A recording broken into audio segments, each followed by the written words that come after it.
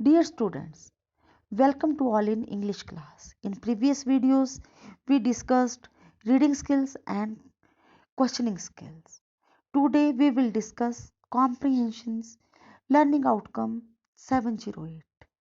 प्यारे बच्चों, पिछले वीडियोस में हमने रीडिंग स्किल में जाना कि समझकर पढ़ना ही रीडिंग स्किल है और जब हम रीडिंग स्किल में दक्ष होंगे तभी हम क्वेश्चनिंग स्किल में दक्ष हो पाएंगे, क्योंकि जब हम समझकर पढ़ेंगे तभी हम किसी टेक्स्ट पर क्वेश्चन बना सकेंगे या क्वेश्चंस के आंसर्स दे पाएंगे। आज हम इसी श्रृंखला में कॉम्प्रिहेंशन स्किल्स की बात करेंगे। इस वीडियो में हम जानेंगे कि what is comprehension skill and how many types of comprehension, and we also discuss two examples of comprehension. Let us start. What is comprehension? Comprehension means the ability to understand something. Comprehension किसी चीज को समझने की योग्यता है। किसी चीज को समझने की योग्यता ही कॉम्प्रिहेंशन है।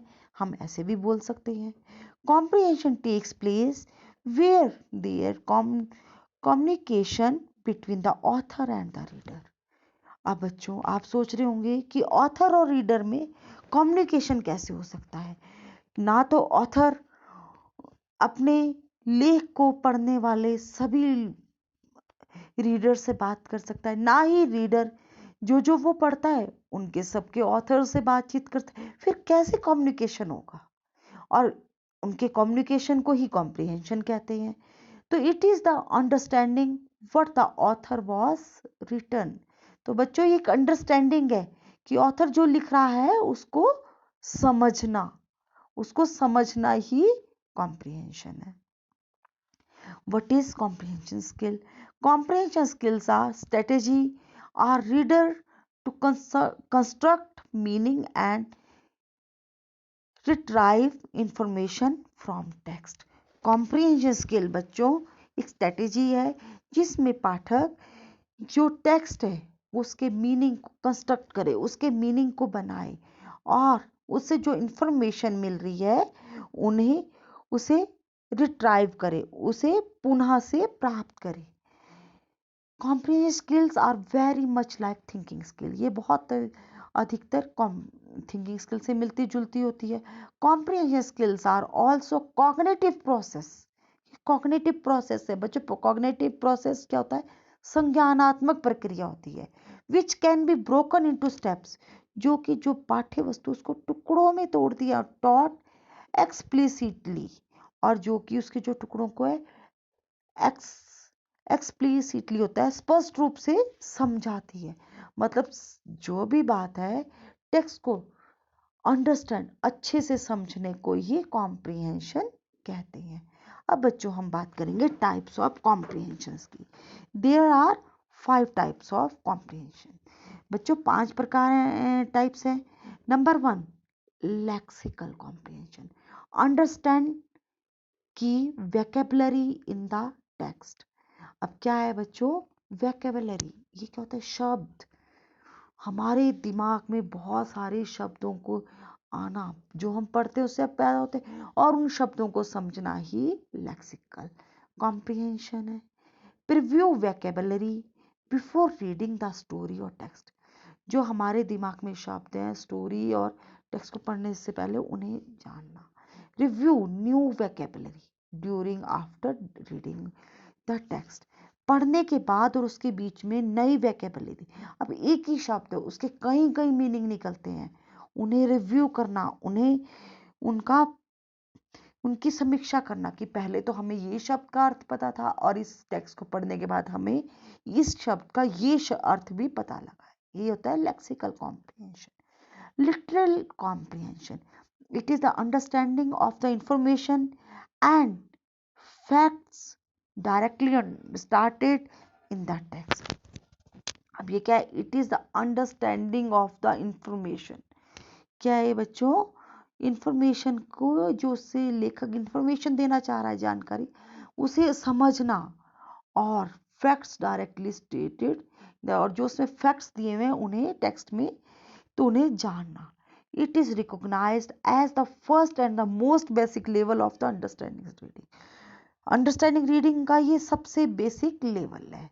Number 3, interpretive comprehension. अब ये क्या है बच्चों? It is the reader's ability. इसमें रीडर की योग्यता देखते हैं।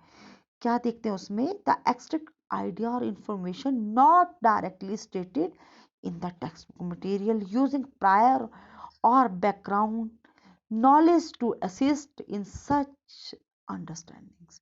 क्या देखते हैं बच्चों इसमें? कि जो नॉलेज है, जो पैराग्राफ है या में, उससे जो एक्सट्रैक्ट जो आइडिया आ रहा है उसके कि क्या आ रहा है, उसका सारार्थ क्या आ रहा है, उसका भावार्थ क्या आ रहा है, उसे जानना ही इंटरप्रेटिव कॉम्प्रिहेंशन है। अब हम बात करेंगे अप्लाइड कॉम्प्रिहेंशन की। Applied comprehension it concern itself which why the author says what he और she says.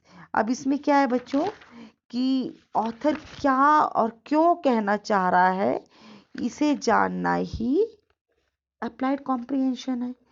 This high level of comprehension requires the readers to use some external criteria from his or her own experience in order to evaluate the quality or values of the writing, the author's reasoning, simplification or generalization. अब reader अपने विचारात्मक, अपने तार्किक शक्ति से जो writing है, जो text है, जो लेख है, उसकी क्वालिटी, उसकी वैल्यूज को इवेल्युएट करे, उसे जाने, उसे समझे। Effective comprehension when the reader understand the emotional and the social aspect of a story, they are utilizing effective comprehension. अब ये क्या है बच्चों? जब स्टोरी या किसी भी चीज का, लेख का सोशल और इमोशनल, उसके भावात्मक भाव को समझे रीडर, उसे इफेक्टिव कॉम्प्रिहेंशन कहते हैं। Without this type of comprehension readers can easily get lost in words and fail to understand the plot. अगर इस कॉम्प्रिहेंशन को ना ध्यान दे, ना कहानी या किसी भी लेख के भाव को या सोशल एस्पेक्ट को समझे, सिर्फ शब्दों के अर्थ को समझे, तो पूरी तरह से उस प्लॉट, उस टेक्स्ट को रीडर समझ पाने में फेल हो जाता है। अब बच्चों क्यों करवाते हैं हमसे कॉम्प्रिहेंशन? अब देखो इससे क्या फायदा होते हैं। इससे क्या होता है? एनालिटिक एबिलिटी पैदा होती है, विश्लेषणात्मक एबिलिटी आती है हमारे में, लॉजिकल आता है, तार्किक शक्ति बढ़ती है हमारी, रीजनिंग एबिलिटी बढ़ती है, विचारात्मक बढ़ते हैं, इन्फेंसिव बढ़ती हैं, अनुमान लगाने की शक्ति पैदा होती है, रीडिंग स्पीड बढ़ती है हमारी, वोकैबुलरी पावर बढ़ती है, हमारे दिमाग, हमारे पास नए नए शब्दों का भंडार पैदा होता है। अब बच्चों हम इसके एग्जाम्पल्स की बात करेंगे। Read the comprehensive passage and answer the following question. A man I knew proposed one evening we should go for a long bicycle ride together on the following day, and I agreed. I got up early for me. I made an effort and was pleased with myself. He came half an hour late. I was waiting for him in the garden. It was a lovely day, he said. That's a good looking machine of yours. How does it run? ये बेटा text है हमारा। अब हम इसके ऊपर comprehension के लिए क्वेश्चंस करेंगे। What did the writer's friend proposed to him? अब क्या आंसर है इसका बच्चों? देखो इसी टेक्स्ट में दिया हुआ है। इस टेक्स्ट को जब आप ध्यान से पढ़ोगे तो आपको मीनिंग आएगा। The writers friend proposed to him that they should go for a long bicycle ride on the following day. Question number 2. For what did the writer make an effort? The writer made an effort to get up early.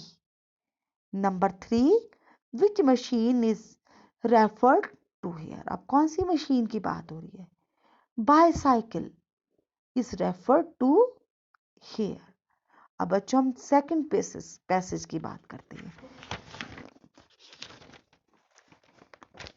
The origin of Indian cricket are to be found in Bombay, and the first Indian community to start playing the game was the small community of Zoroastrian, the Parsis, brought into close contact with the British because of their interest in trade, and the first Indian community of westernized. The Parsis founded the first Indian cricket club, the Oriental Cricket Club in Bombay in 1848. Parsi Club were funded and sponsored by Parsis businessmen like the Tata and the Wadias. अब बच्चों इसके questions की बात करते हैं. Where did cricket orient in India? In India, cricket originated in Bombay. Who funded and sponsored Parsis Club? Parsis businessmen. The Tatas and the Wadias funded and sponsored Parsis Club. When and where was the Orient Cricket Club founded? The Oriental Cricket Club was founded in Bombay in 1848. Thank you, student. Have a good day.